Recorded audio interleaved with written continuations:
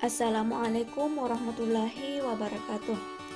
Perkenalkan, kami dari kelompok 10 dengan anggota kelompok Nurul Syuhada NIM 02, Wahyuddin NIM 07, dan Nur Khafifah Lutfia NIM 34. Akan menjelaskan salah satu materi metodologi penelitian pendidikan, yaitu penelitian tindakan kelas. Yang pertama, pengertian. Penelitian tindakan kelas merupakan salah satu metode yang digunakan dalam penelitian. Penelitian tindakan kelas adalah action research yang dilakukan di kelas atau classroom action research. Adapun pengertian menurut para ahli yaitu yang pertama, Suharsimi Arikunto. Menurut Suharsimi Arikunto, ada 3 kata yang membentuk pengertian penelitian tindakan kelas, yaitu penelitian, tindakan, dan kelas. Menurutnya, penelitian adalah kegiatan mencermati suatu objek dengan menggunakan aturan metodologi tertentu untuk memperoleh data atau informasi yang bermanfaat dalam meningkatkan mutu suatu hal, serta menarik minat dan penting bagi peneliti. Selanjutnya, tindakan. Tindakan adalah yang dalam waktu yang sama menerima pelajaran yang sama dari seorang guru. Sedangkan kelas adalah sekelompok siswa yang dalam waktu yang sama menerima pelajaran yang sama dari seorang guru. Dalam hal ini, kelas bukan wujud ruangan, tetapi diartikan sebagai sekelompok siswa yang sedang belajar. Yang kedua, menurut Iwayan Surakarna, penelitian tindakan kelas adalah studi sistematis terhadap praktik pembelajaran di kelas dengan tujuan untuk memperbaiki atau meningkatkan kualitas proses pembelajaran dan hasil belajar siswa dengan melakukan tindakan tertentu. Nah, langkah pelaksanaan tindakan mencakup serangkaian kegiatan yang terdiri atas perencanaan tindakan, pelaksanaan tindakan, pengamatan, dan refleksi. Dan yang terakhir, menurut Kemis Risyati, menurutnya, penelitian tindakan kelas adalah penelitian tentang, untuk, dan oleh masyarakat atau kelompok sasaran dengan memanfaatkan interaksi, partisipasi, dan kolaborasi antara peneliti dengan kelompok sasaran. Sehingga dapat disimpulkan, pengertian penelitian tindakan kelas adalah penelitian yang dilakukan oleh guru di dalam kelasnya sendiri melalui refleksi diri dengan tujuan untuk memperbaiki kualitas proses pembelajaran di kelas sehingga hasil belajar siswa dapat ditingkatkan. Sedangkan dalam pelaksanaan penelitian tindakan kelas itu harus sesuai alurnya. Selanjutnya, karakteristik penelitian tindakan kelas, yaitu yang pertama, masalah yang akan diteliti. Masalah yang diangkat dan akan dipecahkan melalui penelitian tindakan kelas harus selalu berangkat dari permasalahan praktek pembelajaran sehari-hari yang dihadapi oleh guru. Yang kedua, penelitian tindakan kolaboratif.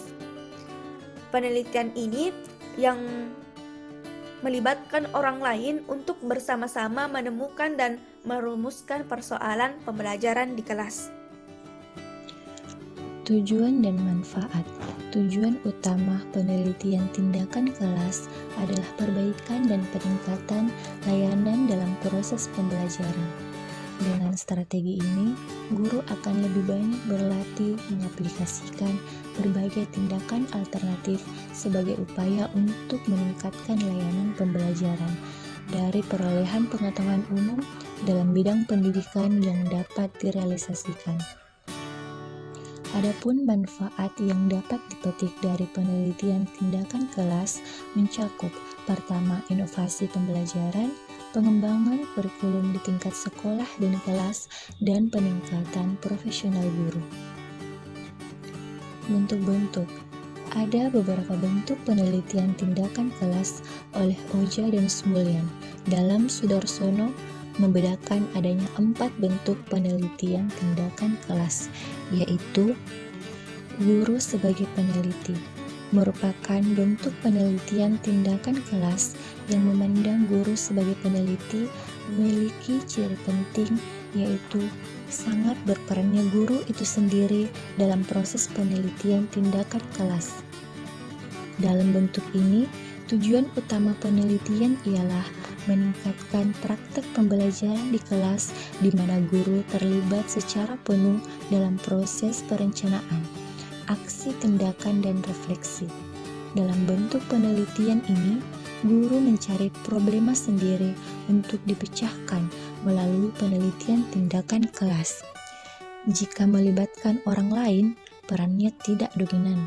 Sebaliknya, keterlibatan pihak lain dari luar hanya bersifat konsultatif dalam mempertajam atau mencari problema pembelajaran di kelas. Guru sebagai peneliti, peran pihak luar orang lain sangat kecil dalam proses penelitian. Penelitian tindakan kolaboratif.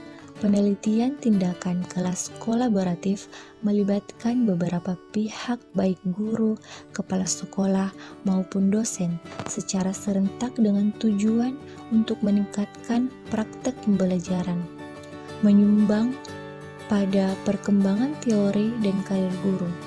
Model penelitian kolaboratif ini dirancang dan dilaksanakan oleh suatu tim yang terdiri dari guru, dosen, dan kepala sekolah. Hubungan antara ketiga pihak tersebut bersifat kemitraan yang dapat secara bersama-sama memikirkan persoalan-persoalan yang dihadapi untuk diteliti melalui penelitian kolaboratif. Selanjutnya, simultan dan terintegratif. Pada bentuk ketiga, simultan terintegratif, tujuan utama penelitian adalah untuk dua hal sekaligus, yaitu memecahkan persoalan praktis dalam pembelajaran praktis dan untuk menghasilkan pengetahuan yang ilmiah dalam bidang pembelajaran di kelas. Dalam penelitian ini, guru dilibatkan dalam proses penelitian kelasnya, terutama aspek aksi dan refleksi terhadap praktek-praktek pembelajaran di kelas. Meskipun demikian, persoalan-persoalan pembelajaran yang diteliti datang dan diidentifikasi oleh peneliti dari luar. Pengambil posisi inovator adalah peneliti dari luar. Administrasi sosial eksperimental. Pada penelitian tindakan kelas keempat ini, administrasi sosial eksperimental lebih menekankan dampak kebijakan dan praktek. Dalam pelaksanaannya, guru tidak dilibatkan, baik dalam perencanaan, aksi refleksi terhadap praktek pembelajaran. Guru tidak banyak memberikan masukan pada proses penelitian ini. Tanggung jawab penelitian sepenuhnya ada pada pihak luar. Dalam bentuk ini, peneliti bekerja atas dasar hipotesis tertentu, kemudian melakukan bentuk tes dalam sebuah eksperimen. Selanjutnya, yaitu desain penelitian tindakan kelas. Nah, menurut Arikonto, dia menjelaskan bahwa satu siklus PTK terdiri dari 4 langkah. Yang pertama adalah perencanaan. Nah, di tahap ini, guru itu harus memulai tindakannya. Nah, adapun beberapa langkah yang dapat dilakukannya dalam kegiatan perencanaan ini adalah seperti membuat skenario pembelajaran, membuat lembaran observasi, mendesain alat evaluasi, ataupun yang lainnya. Terus masuk ke tahap yang kedua, yaitu tahap pelaksanaan. Nah, di sini tahap pelaksanaan ini merupakan implementasi dari perencanaan tadi. Artinya apa yang telah direncanakan dilakukan di tahap pelaksanaan.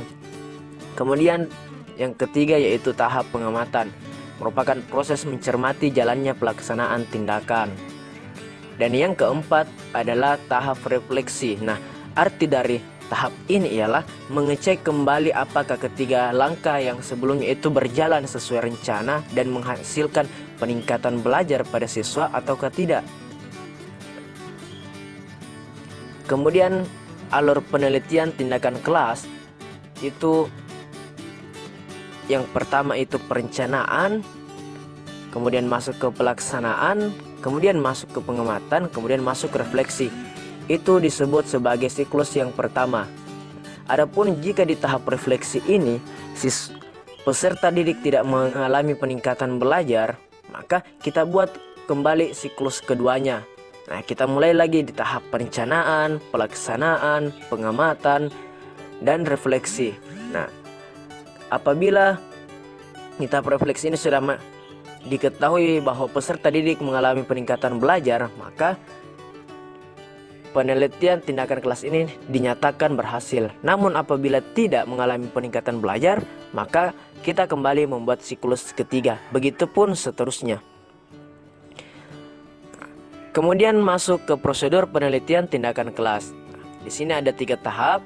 Yang pertama yaitu mengidentifikasi masalah. Yang kedua, menganalisis masalah dan menentukan faktor-faktor yang diduga sebagai penyebab utamanya dengan mengumpulkan data dan menafsirkannya untuk mempertajam gagasan. Nah, ini digunakan untuk merumuskan hipotesis tindakan sebagai pemecahan. Nah, dan yang ketiga adalah kelayakan solusi atau pilihan tindakan pemecahan masalah. Jadi di sini kita keluarkan solusi kita terkait dengan masalah yang kita dapatkan. Cukup sekian penjelasan dari kelompok kami. Kurang lebihnya mohon dimaafkan. Apabila ada yang ingin ditanyakan, silakan bertanya di kolom komentar.